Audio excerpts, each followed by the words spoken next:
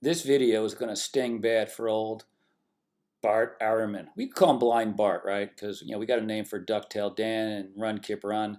Well, poor Blind Bart here does not know the difference between a seditionist, which means an insurrectionist, and a laestes, which means a predator that does what?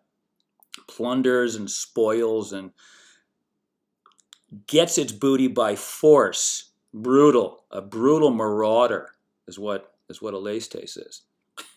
And Jesus said in Gethsemane, "Why are you coming at me like I am a brutal plunderer?" That is what Jesus said, even though Bart denies that. As I'll show you in a second very, very clearly. So I was motivated to do a video earlier today because I noticed that the Bible had changed its description of laestes. So I did this video earlier today, and I based it upon, well, the video that I saw earlier on Danny Jones' Patreon, where I found that out.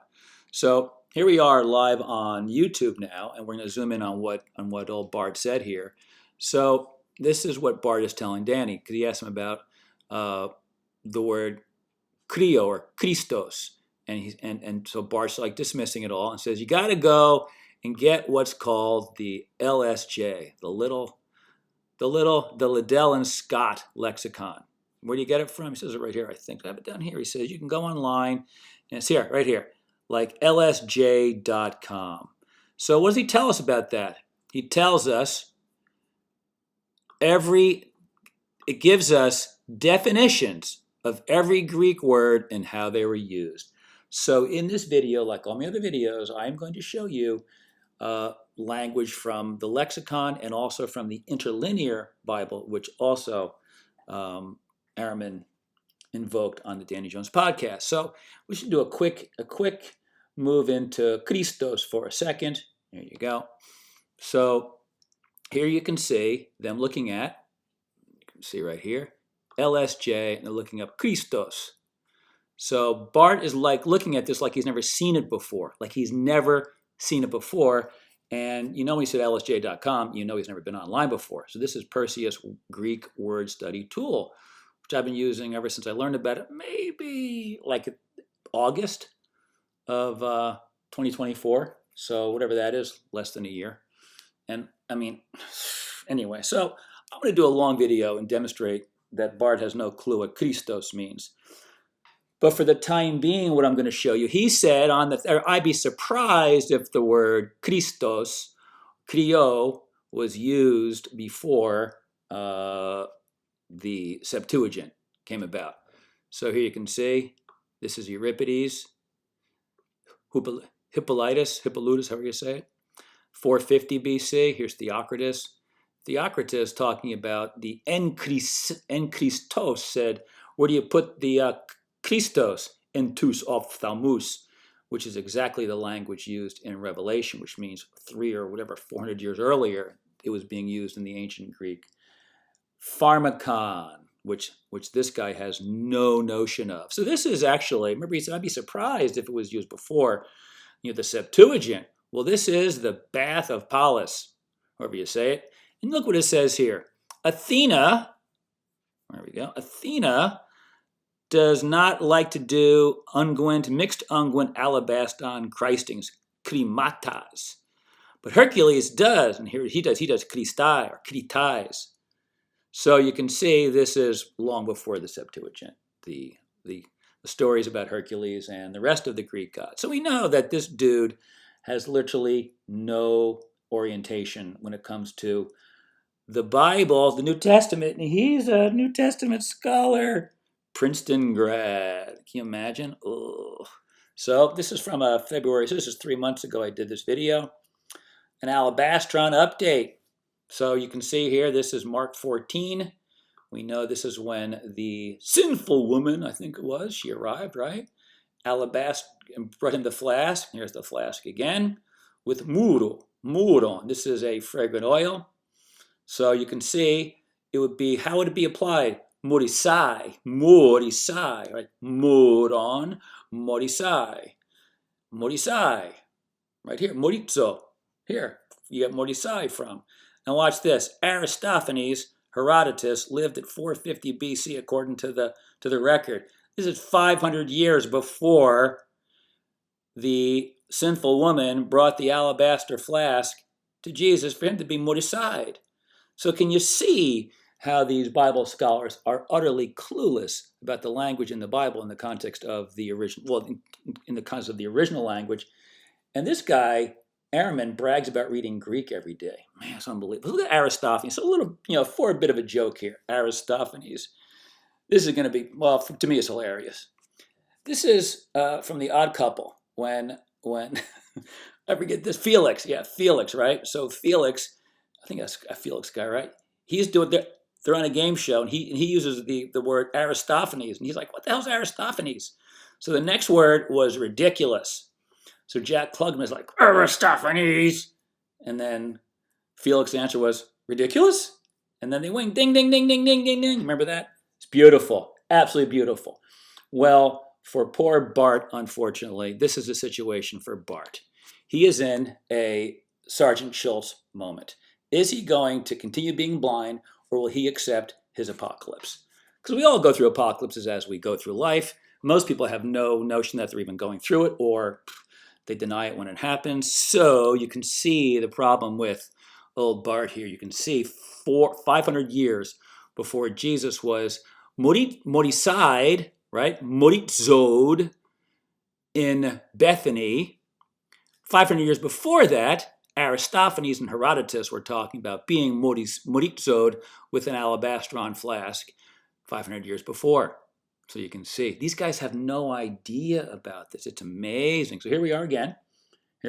So this is what I'm going to show in my Christos video to help poor old Bart, who's never seen the online LSJ before. I mean, what an embarrassment. So here is the word, or the verb, creo, chi, rho, iota, omega. Creo, I don't really say it right, but it's not creo. Creo, it's like chi. So we're going to click on creo, and I'm going to show you right now the precise definition. Now this poor guy thinks that Christos and creo somehow came from Mashiach. I mean, it's an embarrassment to even say this out loud. I can't believe it. So this goes back to 1200 BC, according to the record.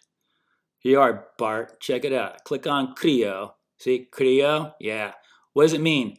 Touch surface, rub surface, paint surface, color, smear surface, wound surface. Creo simply means a surface application. It means nothing about anointing or anointed one.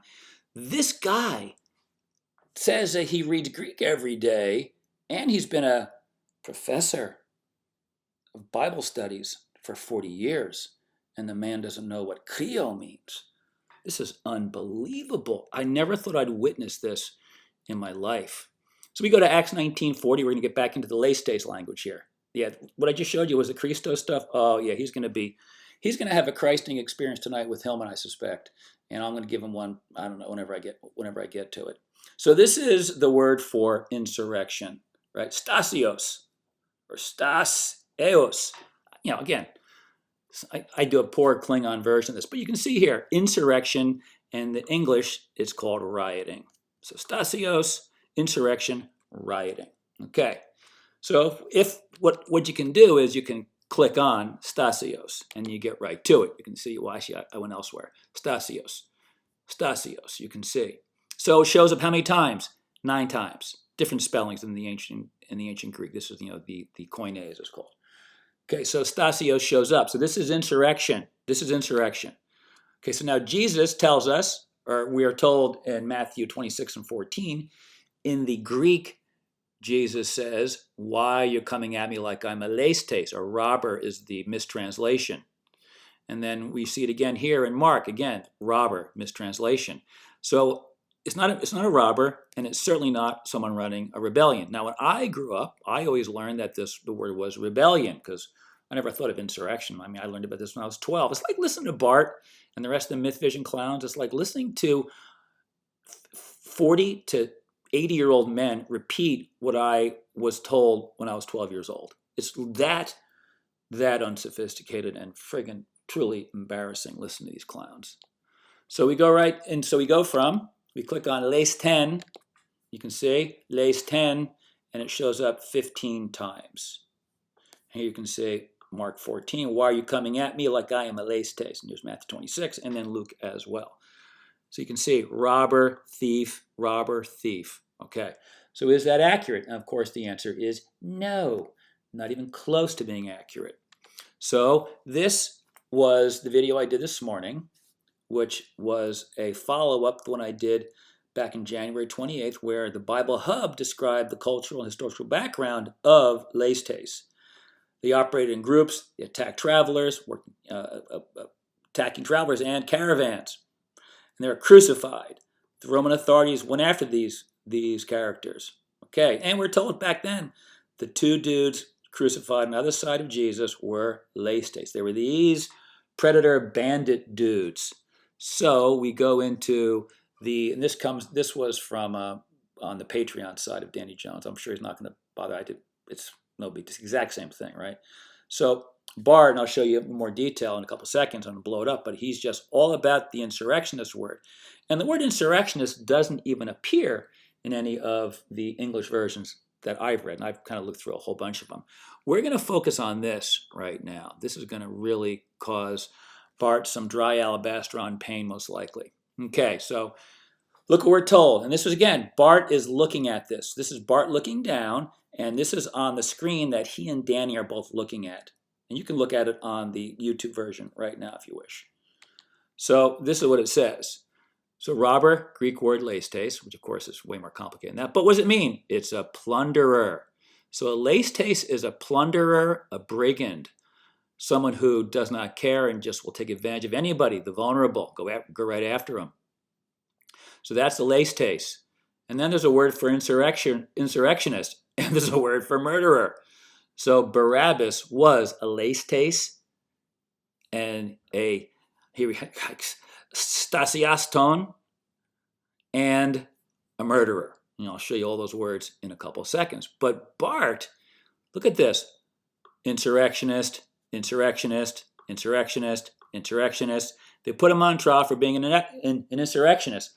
Doesn't say that anywhere. Doesn't say that. So let's look. I'll come back to this in a couple of seconds because I need to show you the language used for Barabbas. So here you have Mark 15 and John 18. Now, this is when a les tes is an insurrectionist. Now look how this is not very, well, you'll see, quite disingenuous as I show you here. So this is John 18. If you hover over les tes, you'll get this, a robber, a brigand from leizomai. I forget if I show you that or not. I'm going to show you in a couple of seconds if I didn't already. Leizomai, that's where you get les tes from. Leizomai, to take as booty. So here you have, underneath les tes, insurrectionist. And here you have what it is, a booty-taking brigand. Same exact verse in the interlinear Bible. The definitions vary. So that's why you want to go into the LSJ as Dr. Bart Ehrman told us.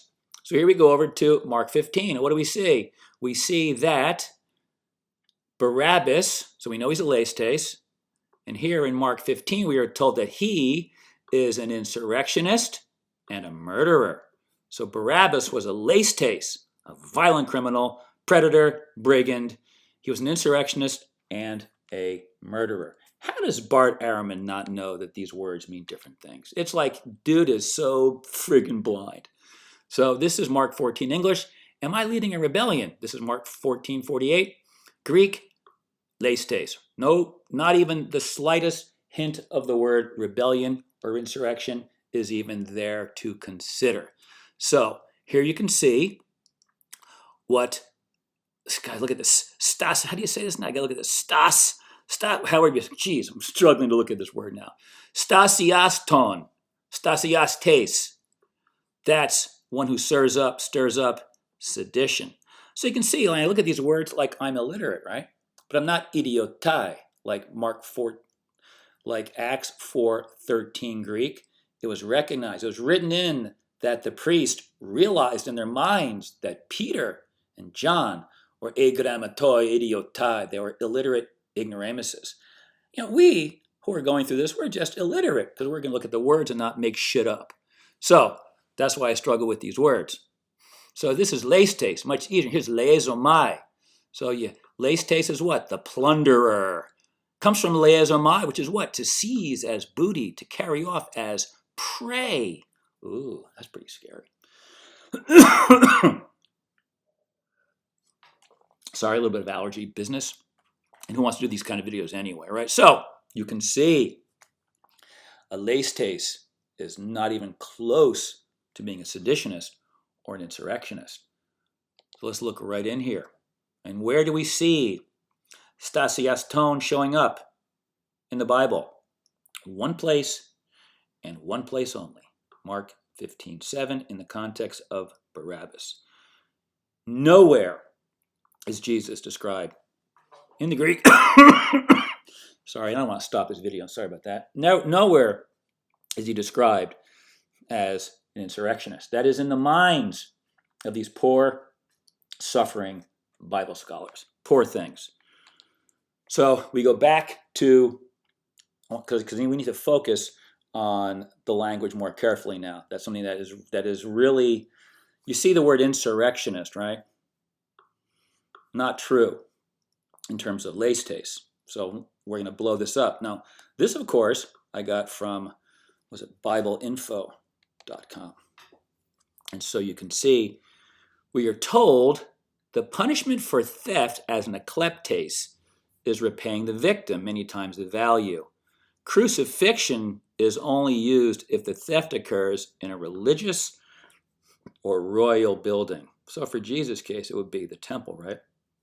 And you're going to see he committed a crime in the temple. He didn't kill anybody, but he committed a crime in the temple. And this is how the redefinition was for leistes, or the modification at Bible Hub. Quite embarrassing. So let's look at this again. So if you're talking about, I shouldn't say again, I should say new here, we're going to add two. Like if you're a leistes and a plunderer, you're the head leistes, who would you hire on? You go for the hamartolos. Now who are the hamartolos? These are the especially wicked individuals who are stained with vices, crimes, stained, right? Unrepentable. These are the unrepentable, devoted to sin. So a leistes is going to want to have these guys as part of their, as their crew. Unfortunately, Jesus' crew were hamartolos. Here's how you know it.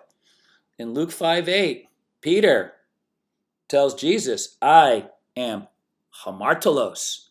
I am a stained, unrepentable sinner. What does Jesus say? No problem, no problem. Nun anthropos esse zogron. That sounded so Klingon, didn't it? You are zogron, you'll be catching. What does zogron mean? To take alive, to take captive instead of killing. Just like happened in Numbers 31, where General Moses, from the instructions of Yahweh, told his soldiers to kill everyone. Every Midianite, kill every one of them, except virgin girls. For them, you zogron. Look it up. They were zogron. The Bible's one big zogron event in many ways. So, now a little asterisk here, right? So take alive instead of killing, except when Peter killed Ananias and Sapphira in Acts 5, because he didn't give them every single penny of the profit for the house that they sold. Isn't that amazing? So you can see that Jesus' disciples were, by definition, in the Bible, criminals. They're hamartoloi. So if you look at what MythVision did back, how long ago was this? Back in January, when they went after Hillman about leistes. Now, yeah, if you look at some of my videos, I called Hillman out, so I'm not like a Hillman follower. I follow the Greek, right? That's how you do it, man. You follow the Greek, like Bart Ehrman. Follow the well, in his case, the historical accuracy, not the Greek. So we are told in Mark 14:26, or Mark 14, Matthew 26, and Luke 22, each time Jesus is saying, why are you coming at me like I am a leisten or leistes? So the word leisten, leistes, shows up 15 times in the New Testament. Don't know about the Old Testament. New Testament 15 times. So this video, where I titled Feasting on MythVision, they bring in this cross-Bible dude who goes into Lucian. And because Hillman is saying that laestes means child trafficker. These guys are freaked out about that. So they say, no, it doesn't mean child trafficker. It means, laestes means fraud, charlatan, one who prophesizes and stages miracles. Now, Mark 6:4 is when he was accused of that by the locals in, I forget where it was Nazareth maybe. So a laestes exploits the vulnerable, involved in prostitution, murder, is a brigand. So this is how MythVision has defined for us in great detail what a laestes is. Do you see the word insurrectionist there? No, because it's not part of it. A laestes is a violent criminal. So, as a violent criminal, laestes, you would want to have sinful, especially wicked men to be in your gang. This is looking so bad for you, Bart, and it's going to get worse. Like right now, and we're almost done with this video, but it's going to get worse right now because you had no idea about any of this, obviously. So this is Jesus cleansing the temple, right? Now, who did he cleanse? He cleansed innocent cashiers. He cleansed, right, abused the innocent dove sellers from Leviticus. They're part of natural temple activity. The dove sales, we're told, are for the sacrifices. They're inexpensive. So poor people can participate in temple sacrifices because doves are cheap. Jesus banned that for a week, right? The entire week before he was crucified.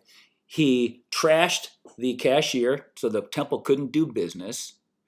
He trashed the dove sellers and wouldn't let the individuals and the women carrying vessels of incense around, which is part of also temple practice. And what did Jesus do?